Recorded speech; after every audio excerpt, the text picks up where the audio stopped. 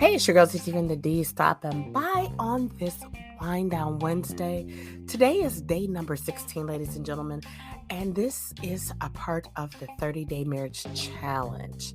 I am super excited for everyone who has been joining us. If you are a first-time listener, today is day 16, but you can always go back and check us out. We can be heard on Spotify, Anchor.fm, of course, iHeartRadio, iHeartMusic, Amazon Music, Google Podcasts. I want to say thank you to all of our listeners across the globe, starting with the United States, Bahrain, Philippines, Canada, Ireland, India, Italy, Puerto Rico, United Kingdoms, Romania, Australia, Saudi Arabia, Brazil, Netherlands, Bulgaria, Poland, Russia, Germany, Denmark, Switzerland, Mexico, oh my God, Egypt, Guam, Ukraine, Bangladesh, Lebanon, and Czech Republic. I'm super excited. Where would we be without you guys listening, tuning in, whether it's for our 30-day marriage challenge or if you are listening as a loyal listener for our Wind Down Wednesday segment. We wouldn't have a show without the listening audience. So with that, with a humbled heart, I say thank you. Today's hot topic is newlywed advice. For all of our newlyweds that's out there, whether you just got married this year or you got married last year, you're still a newlywed, right? If you haven't hit your 1 year mark, you really, really want to tune in. If you've hit that 1 year mark, you're still considered a newlywed. And if you're anything like a lot of married couples I'm fond of, you never really lose that newlywed spark when you learn to keep your marriage spicy, in tune, and on one accord. Now, let's talk about being together. Okay? Ladies and gentlemen, for all of our newbies, this is some sound advice, okay? Don't believe what anyone tells you about what to expect about your marriage or about what it means to be a husband or what it means to be a wife. Okay? You are you and they are them. Now, there are a few couple books out there we could recommend and we will recommend to you guys. A great book off the top of my head is What Did You Expect? I think every couple, especially our newlyweds, needs to have that in their book of libraries, or their library books, I should say. In that little area where you keep books, great reads, things of that nature, because you would like to reference it. Every now and then, we may run into people who got married under certain pretenses, some faulty pretenses, some hidden agendas, some like, oh my God, I did not sign up for this. And that would be that segue to what did you expect, right? You got to love on each other, love one another, love yourself, respect yourself, love your mate, respect your mate. Life will get stressful. I don't care what year of marriage you're in. It could be under 6 months, a year, 5 years, 10 years, on and on and on. Commit to making time to do things that bring you joy. Some of the things that brought you together initially will be some of the things that will help keep you together when you're going through stressful moments in life. And let me be clear, in marriage, there's always going to be stressful moments, whether that's in your home, outside your home. Did this bill get paid? What are we doing for the holidays? What are we doing for dinner? Where are we going? What haven't we done? What do we want to do? It's so many different things, right? Think of each experience as a deposit into your bank. No one wants a bank in a zero, in a negative. Everyone wants a bank account that's thriving, that puts you in a position where when you go out to dinner or you go to get breakfast or brunch or wanted to go and grab that sweater, that dress, that suit, those shoes, that hat, that glove, that pair of gloves, that coat, that car, whatever that looks like, you want to be able to withdraw and still have something good left over. Not it's like, oh my God. You don't want to be looking at your relationship like a person would look at their bank account when they know they are living check to check. And when I use that metaphor, let's pause and unpack that just a tiny bit. Living check to check. It's kind of like, yeah, you got to really count your pennies, your dimes, your quarters, your dollars to get you through to the next time you get a paycheck. But there's always bills and responsibilities in most cases awaiting that next paycheck way before you get in line. Think about the last time you deposited into your bank, your love bank of your marriage. Might have been a minute, might have been recently. But do you have enough equity? Did you make a sizable deposit or just a humongous withdrawal? As much as you give to your husband, as much as you give to your wife, you have to receive. Even when there's rough seasons, you still got to make deposits into your bank and use your ledger every now and then. I'm metaphorically speaking, of course. But this will help you remember to give to your wife, to give to your husband, to give to yourself, to keep a flowing streamline of love in your union. And never be afraid to love too much. After all, you did take the opportunity, the moment, you seized the moment to join together as one. Okay? Although you're still your individual selves, you're one if you're under a covenant. Now, some marriages are not under a covenant. We've talked about that. We're not going to harp on that. But you want to make sure that you know that it's okay to be loved just as you know your spouse wants to be loved. Some people are like, oh, you smothering me. It's like, what does that look like? When we say smothering, what does that look like? If you like to sit up under your spouse, and when I say sit up under, I mean snuggle and cuddle and hug, or just plop, wives, sit down on their lap, or, ladies, put your feet up on your husband, and honeys, husbands, rub your wife's feet, and vice versa, because ladies, we can give some good foot rubs too. But you get what I'm saying. Don't feel like, oh, maybe I'm loving them too much. I don't think there's a such thing, in my honest opinion.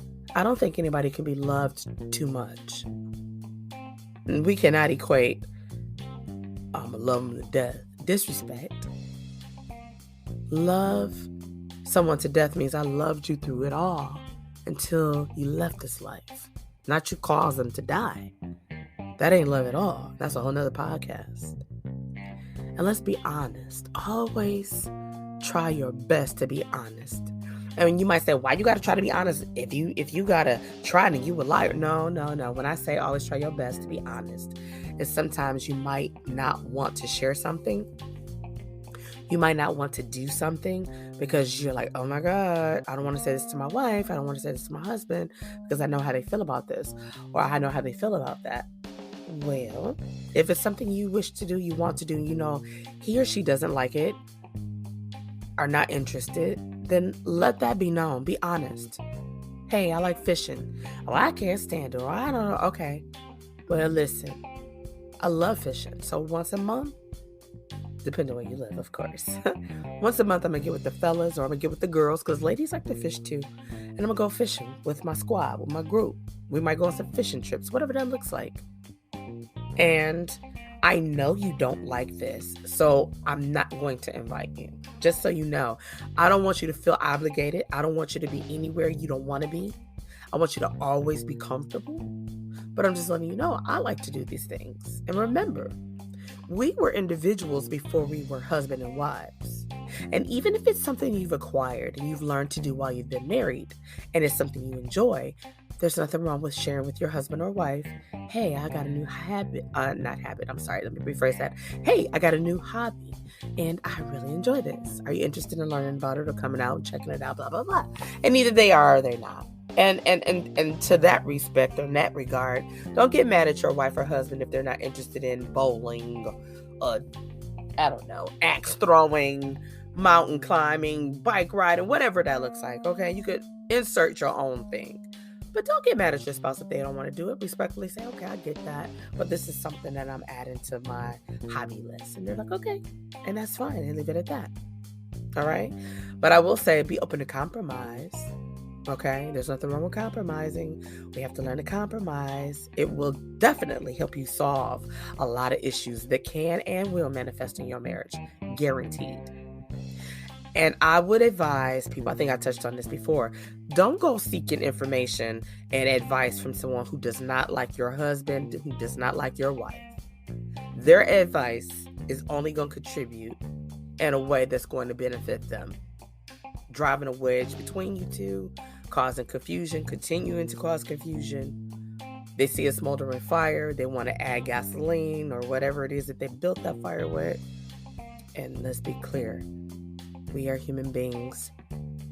We all do things that are not right from time to time, whether it's on purpose or not. And that's just being honest, okay? There are no perfect marriages. There are no perfect unions. There are no perfect covenants. Every marriage, every union, every covenant takes work. Own up. If you did something that was like, oh, she ain't gonna be too appeased, or ooh, he ain't gonna be too appeased, own up to it. Honesty is the best policy, hands down, without a doubt. And above all else, this is one that I've been told, and I have to be transparent, as I'm always am. In the first year of our marriage, we've been married 10 years, I remember referencing, well, if you're not happy, if you think you want something different, then, if you wanted a divorce, I wouldn't fight you, and vice versa. And my husband said, let me tell you something. There should be no reason that we should even summons the word divorce. It shouldn't even be an option on the table. And I respected what he said, and I thought, like, this man loves me, I get it. But let me be clear. Some things I'm like, and I don't even have to ramble off some things. Some things are just a deal breaker. And it's kind of like, but what I will say is, don't threaten divorce to your spouse just because you want to manipulate them or have your way. You can't have something your way. You can't control them. So, I'm just going, you know what? I'm going to get a divorce. No, leave that for something very, very, very serious. Okay? And even if that idea manifests itself and it seems like a solution, you might want to talk it over with your pastor, your reverend, your priest, your rabbi, whatever that looks like, whatever culture you belong to. You might want to go to your spiritual counselor first. That's just my personal advice. Or you can seek out marriage counseling. Okay? All right? Now, I would say this. Don't be trying to keep legal paths of wrongs and rights. Okay? Just learn from the mistake and move ahead. You're not in a race with one another. You're not in competition with one another. You are supposed to be in connection and communion and in a love circle. And you know what a circle is, right? It's just like our rings we wear on our fingers to symbolize that we are married. We don't know where it started and where it began when it was created, right? And what you mad about today, will it really matter 5 years from now, 10 years from now, 20 years from now? It depends on the situation. Let's be honest. It depends. Let's just say this hypothetically. You stepped outside your marriage. Okay? Hypothetically. Husband, if it's you that stepped outside your marriage. And let's add the shocking piece to it. You created a love child with this person you had an extramarital affair with. Your wife would have to deal with that every day. Even after that child turned 18. Why? Because it's something that is like, oh my God, we might have dealt with it, but it still bothers me. It still hurts me 10 years later, 20 years later, whatever that looks like. And then the ultimate kick to that is if the shoes were reversed on the other feet. See, it's one thing. It's almost like it's kind of a bias. Right? It's one thing when a man steps outside his marriage, right? Fellas, y'all really expect us to really, really, work with y'all and get over it and understand why you did it or blah, blah, blah. But let us do it. Oh my God. You would think it would be like the Hiroshima. And I don't know if it's just that your egos are crushed, bruised. The thought of another man laying down with your wife. But think about how we feel as women, as wives. The thought of another woman laying down with our husbands or climbing on top of our husbands. Whatever position you prefer, right? Think about it. It's terrible. Absolutely terrible. Okay? So it's something that you would have to say, But at the same time, if you're able to stay in that union, ladies, gentlemen, if you are able to forgive and move past it, then that's exactly what you're going to do, is move past it. Acknowledge it. It's going to be there. Whether you have a love child from it or you don't, that sting is going to be like no other sting ever felt, I'm sure. And lastly, at least I would ask you once a week, go out to a really, really nice place to have dinner together. Now you might say, I can't afford to go out every week to no nice place. Okay.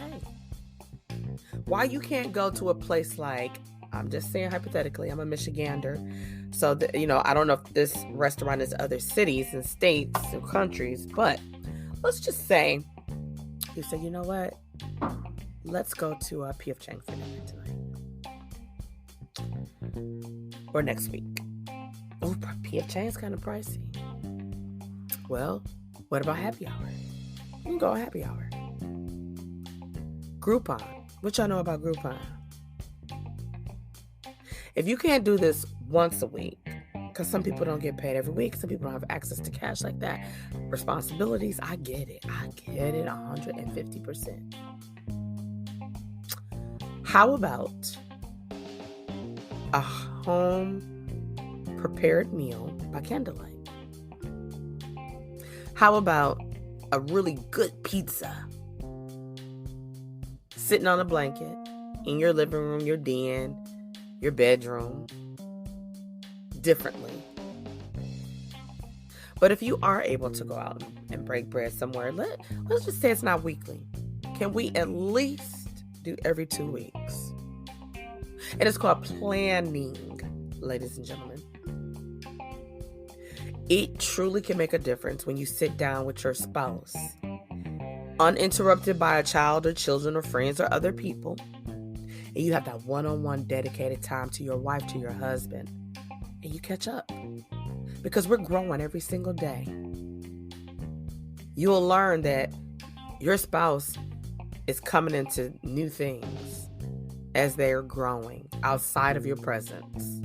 Whether that's because they're on the go all the time or you're on the go all the time and they're at work more than they are at home, but they're making time. Whatever that looks like, they're growing. This is the perfect time to catch up on how life is going for the two of you, individually and collectively. And please, by all means, turn your phones on vibrate or off if you can do that. You could say, hey, I'm getting ready to have date night with my husband. I'm having a date night with my wife. This is what I'm going to do, blah, blah, blah, blah. Some of y'all go to a restaurant so much, you could even say, I'm going to give the restaurant number. If there's an emergency because I'm turning my phone off uninterrupted, call the restaurant and they'll come get me. That's deep.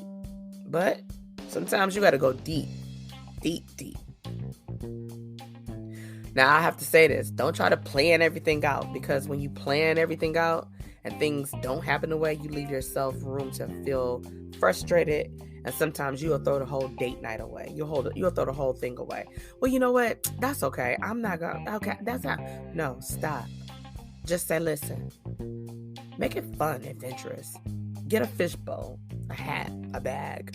Put in 7 days, Monday through Sunday, right? To be even, let's just say you leave your day of rest, right? So now we got 6 days left the week. And you each get 3 choices. Okay? And we don't have to put on there, this said Monday. No. Put enough in there where it can last you the week. And I say that because if you decide, well, I guess you could do that because that would help you solidify. Okay, on Monday we're going to go to blah, blah, blah. But what if you don't like the restaurant? So what if it's like, oh, you got to pick the day and where we going? Okay, no. So you could put, okay, we're going to pick the day. Or you might say, you know what? Every other Friday is our date night. Or every other Friday we go to dinner. Or every other Thursday, or whatever it looks like. So if you can come to an agreement and say once every 2 weeks or once a month, we're going to do it real big, right? For those of you that like Ruth's Chris, I'm not a Ruth's Chris person. I'm more of a Capital Grill person. You could say, okay, this month we're going to go to Capital Grill. And let's just say your spouse likes Ruth's Chris. So it's like, okay, so next month we'll go to my spot. Compromising. We talked about that. We tapped in on that. So important. And sometimes it's nice to be surprised. Make reservations, ladies. Fellas, you're not handicapped. Make reservations. Surprise your wife. Surprise your husband. Tell him to meet you somewhere. Take him on a scavenger hunt. Be creative with it. Say, hey, can you meet me at so-and-so at so-and-so time? What's that? Oh, I'm going to give you the address. I'm not real sure. And they'll pull up and be like, ah. There's so many ways to make it fun and keep it burning, right? Keep that burning, that fire, that passion. The key is to do something that makes you feel special together. If you can be spontaneous, great. If you want to make it romantic, awesome. But if it's just a, hey, we gonna go, I don't care if we going to Big Boys, cool. Okay? And we have to always make sure we respect one another. Okay? Talk about everything. Even if you're not in the best place in your head and something's going on and got nothing to do with your spouse, and your spouse says, hey, what's wrong? Don't be like, oh, no, nothing, I'm good. Come on now. Your spouse knows you. They should know you. And they can tell by your energy. Just say, you know what, babe? Got a lot going on. I don't really want to talk about it right now, but I will. Okay. That's fair. Right? Respect their space. It's part of communicating. And there's nothing wrong with learning and connecting with other married couples.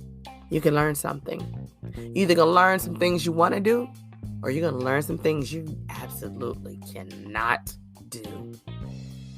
Not because you can't, because you won't. We all learn something new every single day. Apply it to your marriage, and it'll help you grow for many, many more years. Well, that's all I have for you today, this morning. I hope that it was fruitful for you. Hope that you could share it with somebody that could use it, even if you're not a newlywed or been together. It's for everybody, but it's really for my newly married couples, because this is when you're learning each other. And it's so easy to just say, I'm packing up, I'm going back home. I'm packing up, I'm going back to my own place. Or, oh, I still own my condo, my house. I'm leaving. No. It's so easy to give up. But it's definitely more work to stay in it, especially when it's worth it. I'll see you soon. Join us tomorrow for day 17 of the 30-Day Marriage Challenge.